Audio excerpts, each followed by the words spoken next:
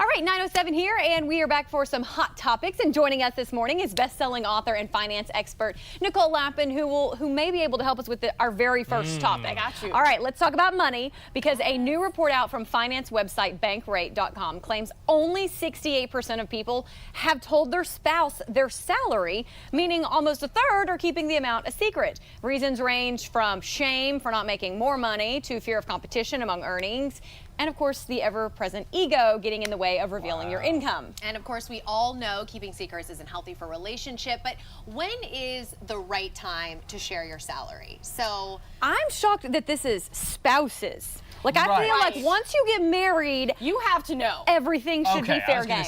And especially when you have I kids, agree. that's a whole other discussion, because then you have to talk about advanced things like wills and life insurance and stuff that's not fun. But when you're getting married, you need to have what I call the real talk, because financial infidelity and also keeping secrets from your spouse is the #1 cause of fights and the #1 cause of divorce. Forget fighting about kids or who's taking out the trash or doing the laundry. Money is the #1 cause of contention. But on the first or second date, you should already have a good idea if they are financially responsible. You don't want, if someone's talking about a lot of credit card debt when you're on a first date or student loan debt, it's like, okay, if that doesn't line up with your financial goals, you should probably get out now, because that's not going away. Oh, it's crazy. I mean, don't talk about your credit score like the first date. I was gonna say, is this coming up on first dates? I'm not against a credit score on a first date.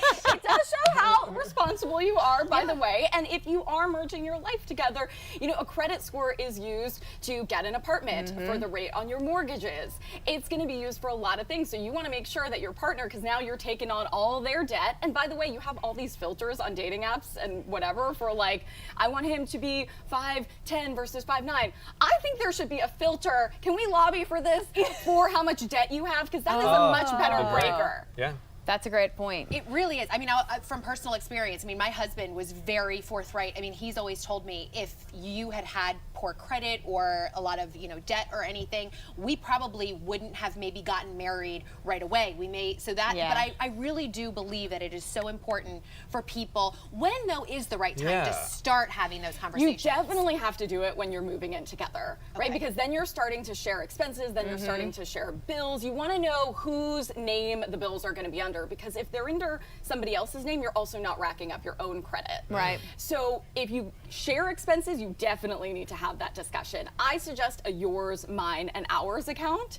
And so always have a mine account. And then in the hours where you're doing joint expenses for the household, try to put a weighted percentage, because then it feels even. Like you're contributing the same amount, Exactly. same type of amount. Then what happens if you do share salaries and it's like, oh, I thought you made a little bit more than that, or like, you know, I make much more than that, and how do you balance that out and make it that egos don't get in the way? You have to keep talking about it. Right. If you need to know what you're getting into, because finances only get more and more complicated as your life grows. So when you're moving in together, you want to know what your significant other is making. It might not be the most comfortable conversation to have, but it's just going to get worse the more you kick it down the road. Well, this is a good transition into the next topic, the 10 things guys lie about on a first date.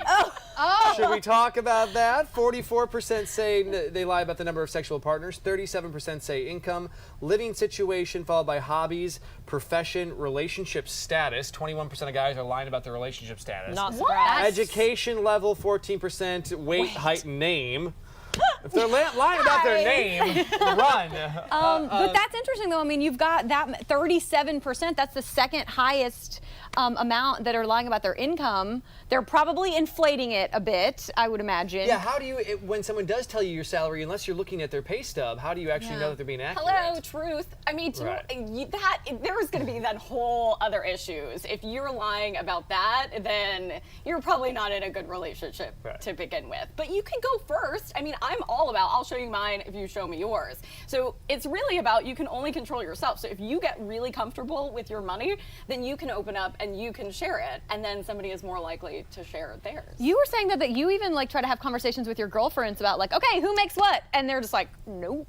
isn't it crazy? Like, we'll talk about everything at the dinner table before we talk about money, right? We'll talk about bikini waxes, we'll talk about sex stuff, we'll talk about everything. And then money, and it's like crickets. And I'll ask my girlfriends, like, what does your baby daddy make, or whatever. But why do you think that's important to know? I don't know what my friends make. They don't know Same. what I make. Same. But I don't want it. I like them for who they, whether they make nothing or a lot. I'm still going to be friends with them. And then that's the thing, but I'm there to help them. If they want to make more, you have to talk about it. I mean, we're see. having this whole discussion about asking for more, earning more. Sure. The only way to do that, it's like pricing your house without knowing the comp of the area, right? very So you need to have that information going in. Or otherwise, hey, how where are gonna you help at? What yourself? range are you in right now, so I can know if you're maybe you're undervalued.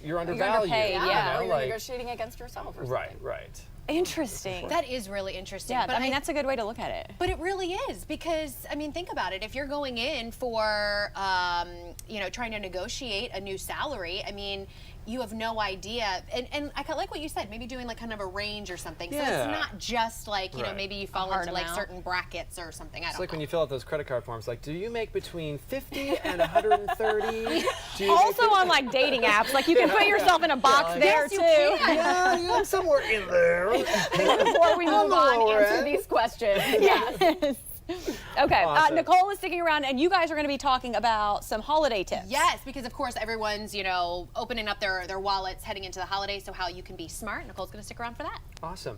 Up next here on Good Morning Washington, did you catch the People's Choice Awards last night? Stay tuned. We'll have all the highs and lows next.